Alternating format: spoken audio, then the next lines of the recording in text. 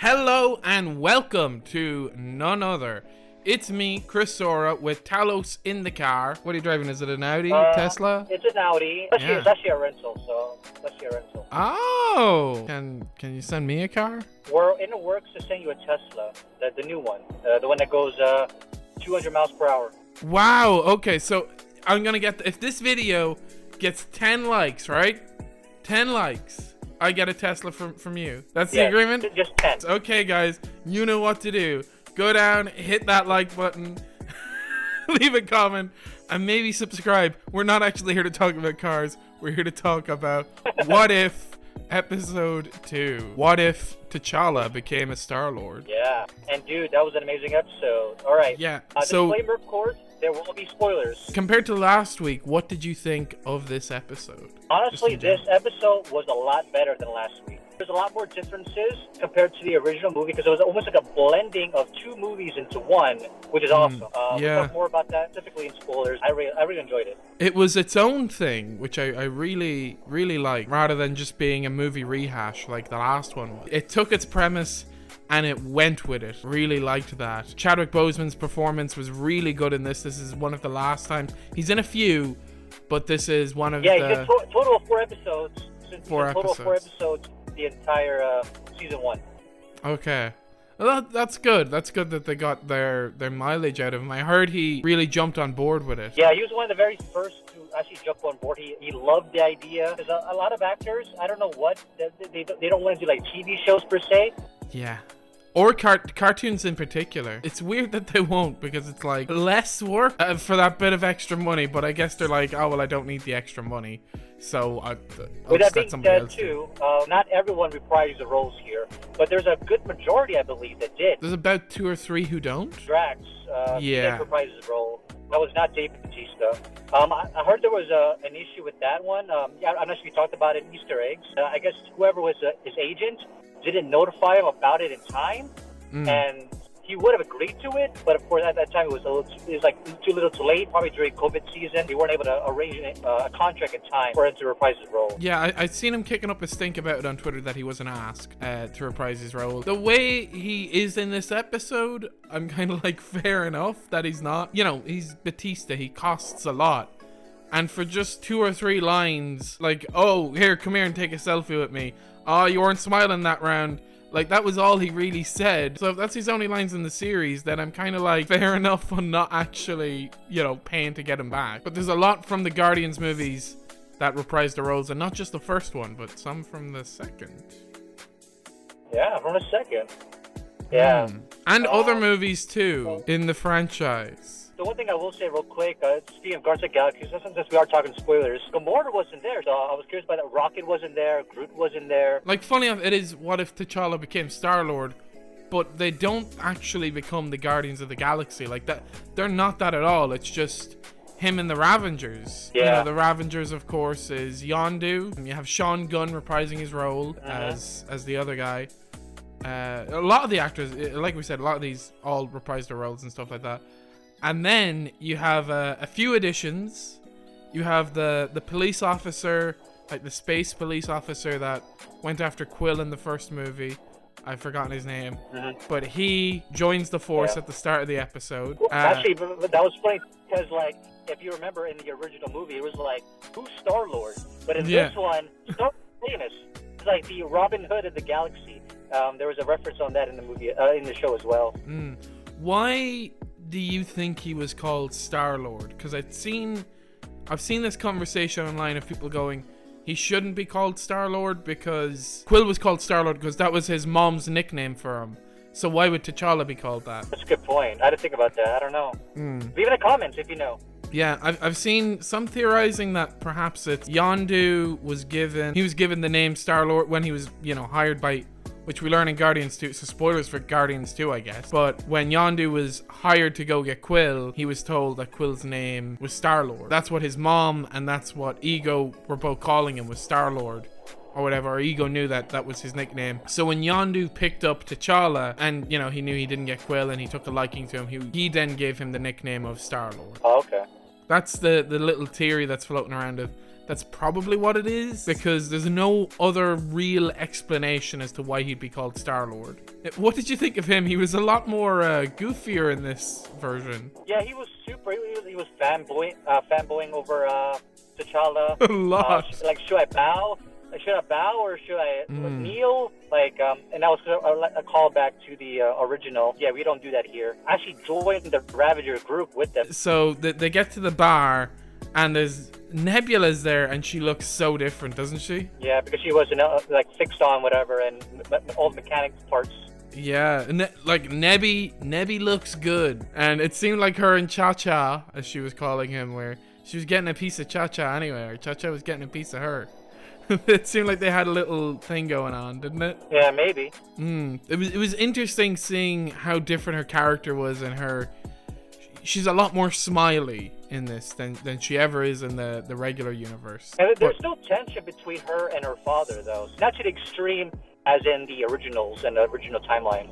Speaking of her father, what happens to her father, Talos? Okay, big moment, of course. They enter the club. The guy was the police guy was fanboying. So how'd you convince Thanos to do blah blah blah to like stop, wiping out the half of the universe? And then Thanos came in with his big ass arm. It was like, I forgot exactly what he said, but apparently he's a good guy now. What the hell? Thanos is part of the crew, which is. And it's Josh Brolin playing him, so which is amazing. But yeah, it kind of just shows, like, it's funny that I've seen a lot of people going, wow, this is a much better universe because T'Challa got taken rather than Quill. But it's funny that he did manage to actually, convince Thanos to not kill half the universe. But in retrospect, it also risen another evil in this, which of course the main baddie. It is the Collector, now taking that throne. So the army that Thanos had, I forget the name of the army he had, but they actually joined an alliance with the Collector now. Now, in this universe, the Collector is a lot more buff. Just a correction there. You said the Collector is the main baddie of the show. No, you mean he's just the main baddie of this episode.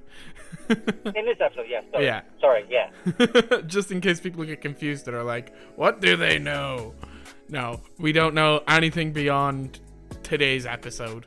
To be honest, the Collector, he's as flamboyant as he was in the original, but a lot more sinister. Same voice actor too. Yeah, and also you mentioned Thanos' children. They all had the same voices come back. So that's what I mean by you have like the actors from Endgame, Infinity War all coming back, as well as these Guardians of the Galaxy 1 and 2 actors. Even the Collector's assistant, for such a really small part in like the original movie, they still got her actress back for this. It's a kind of a blending of almost 2-3 movies into one, and it still made sense and it was still coherent. Same kind of critique as last episode is you have to kind of be familiar with the other movies to kind of get the references in this one. Or the differences in this one. But as a general audience user, I think you'll still enjoy for the most part. Yeah, I don't think you need the Guardians movies per se. Like, there's a lot of references to Endgame and Infinity War, and I think you need those more than you actually even need the Guardians movie. Because if you haven't seen the Guardians movies, you can kind of figure out who Yondu... Like, you kind of know, oh, he's the guy that picked up Peter Quill, and he wasn't meant to. The whole Collector thing, they introduce him. There's a whole heist sequence, and they use some of the music from Ant-Man for that. What did you think of the heist? I didn't think it was going to go that direction. It was like a different formula, it felt like. Like, it's not a typical Marvel formula, I think. I don't know. Yeah. How'd you feel? I liked it, and even the fact it was using the Ant-Man music, which is a heist movie. But I really liked it, and I thought, actually, even just jumping into that, musically, this episode was really good. It used it used some themes from Guardians of the Galaxy. It used, obviously, music from Black Panther, yeah.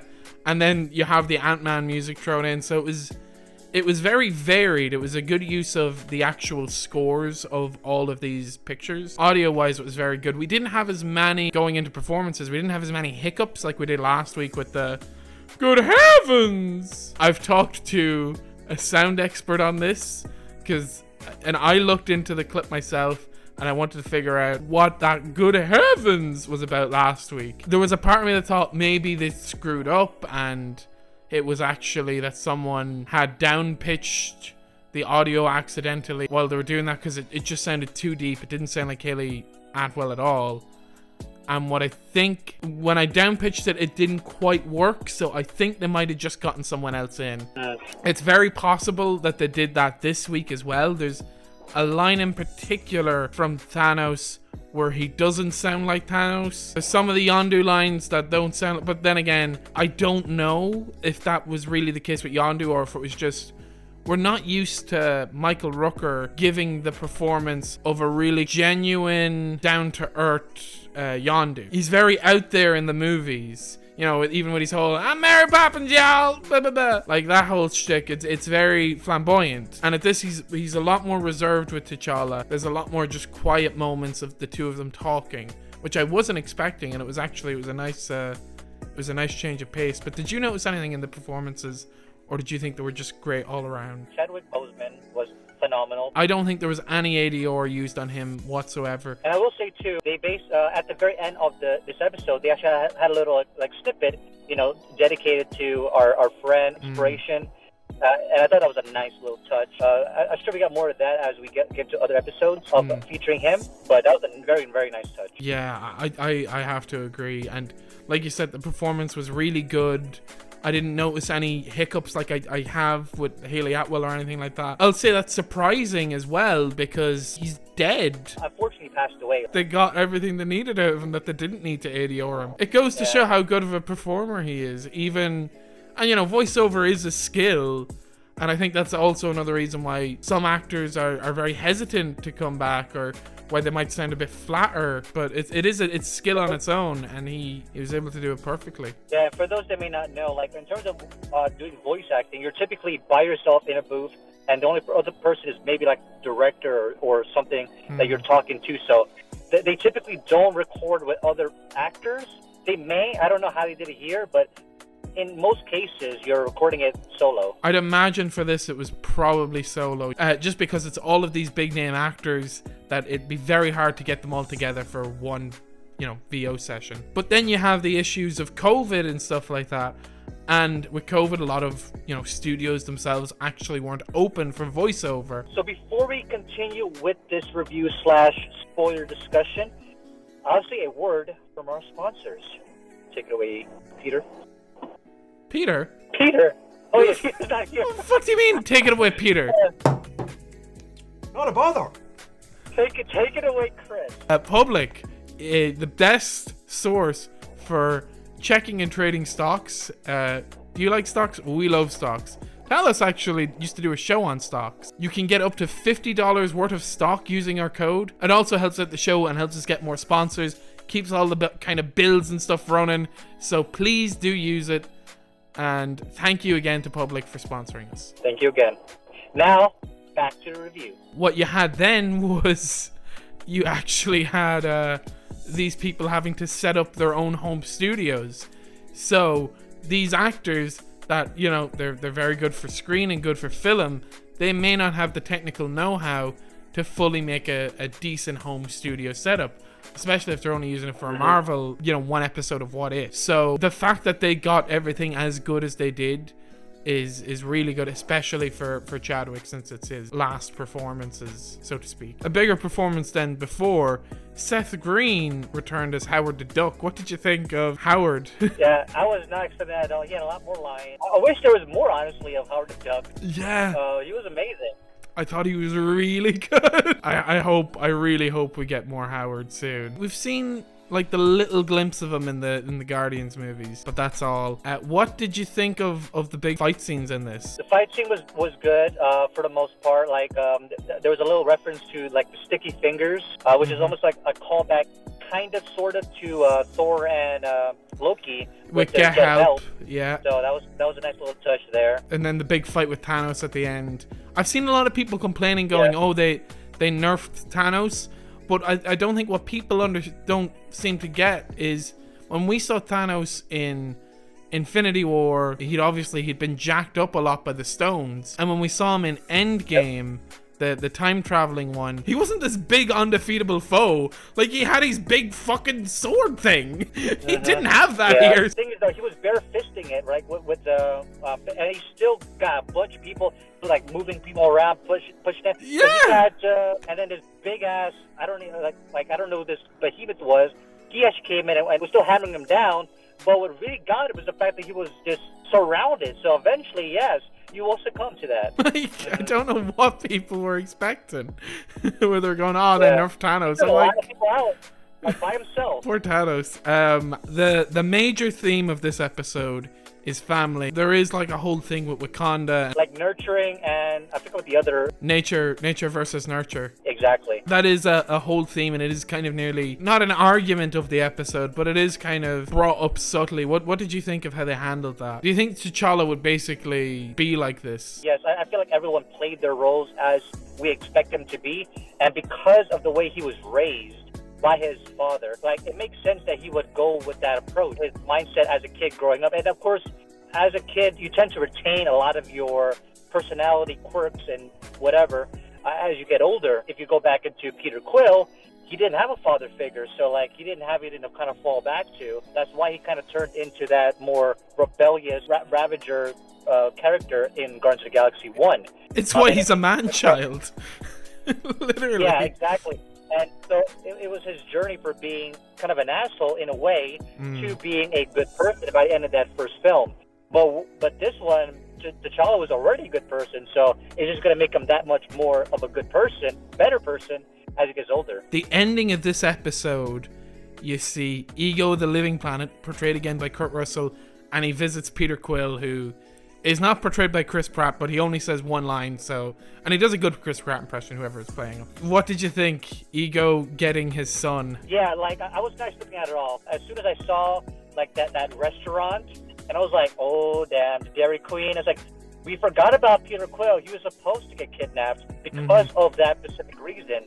And, yeah, so he got abducted, and that hint that this is gonna be the turning point of the universe, because he's going to, fulfill that destiny that he's supposed to take over for Ethos. Because again, like we said, the whole episode does this whole of nature versus nurture thing. Considering Peter Quill never found that family, and that's what stopped him in Guardians 2, seems like Ego could very easily be a bigger threat than Thanos this time around, if they do a part 2, which hopefully they will. One thing to really bring up, and it's going to be brought up in the Easter egg video, we do see the shield. The fact that it's not the Peggy Carter shield is a good hint that this is not in the Captain Carter universe. This is its own branched timeline. There's a lot of discussion of, is this the one timeline that we're going to see, or is this multiple different timelines that we're going to see being formed, like a different one each week? And sometimes they may cross over and sometimes they don't. And it seems that's the approach that we're going. And it's funny you mention that too, because the fact that he has the shield and, of course, a hammer, and this is like, I think, 2008 time frame. So this is before the Battle of New York. So basically, it almost infers that the Collector got the shield while Steve was still in ice, and he must have got the hammer somehow.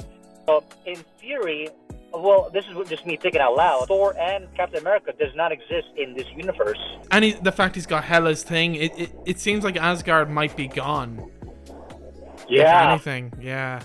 Yeah. But I guess should we jump into final rating? Yeah, let's do it. We'll start with the actual overall episode review, and then we'll jump into the what if concept. Like, did it fulfill that what if concept? Secondary rating. So the first rating, honestly, I'm gonna have to give this a 10 out of 10. Like, this is an amazing episode. I enjoyed it. It didn't feel like it was too short. It didn't feel like it was dragging on in certain points. The pacing was good. The for the most part, a lot of the acting and the voice acting was good, apart from maybe Drax, but that's not even Dave Bautista, my personal opinion. Overall, I love the episode.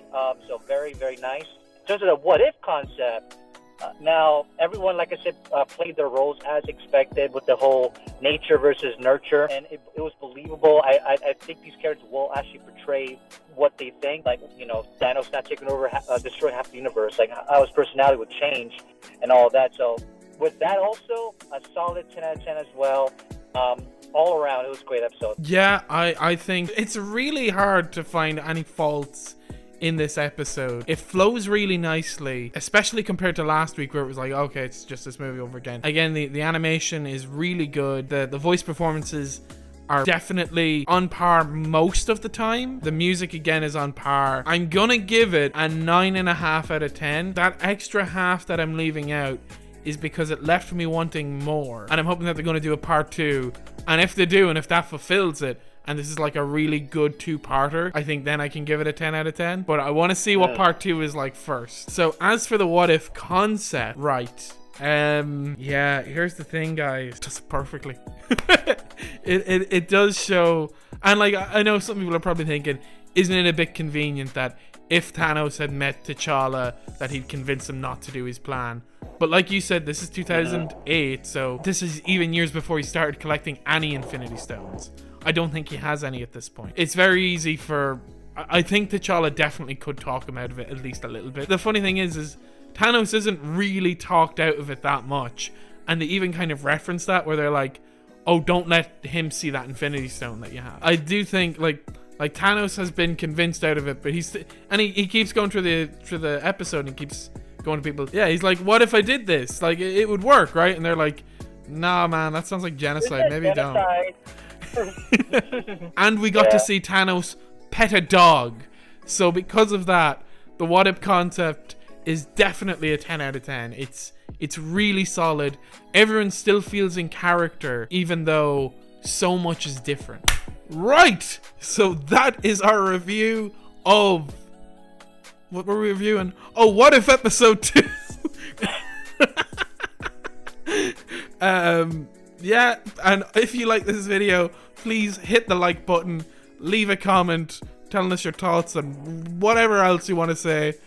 If you just want to say hello, say hello. Also, remember to get those 10 likes so I can get a Tesla off Talos. Right, Talos? Sure.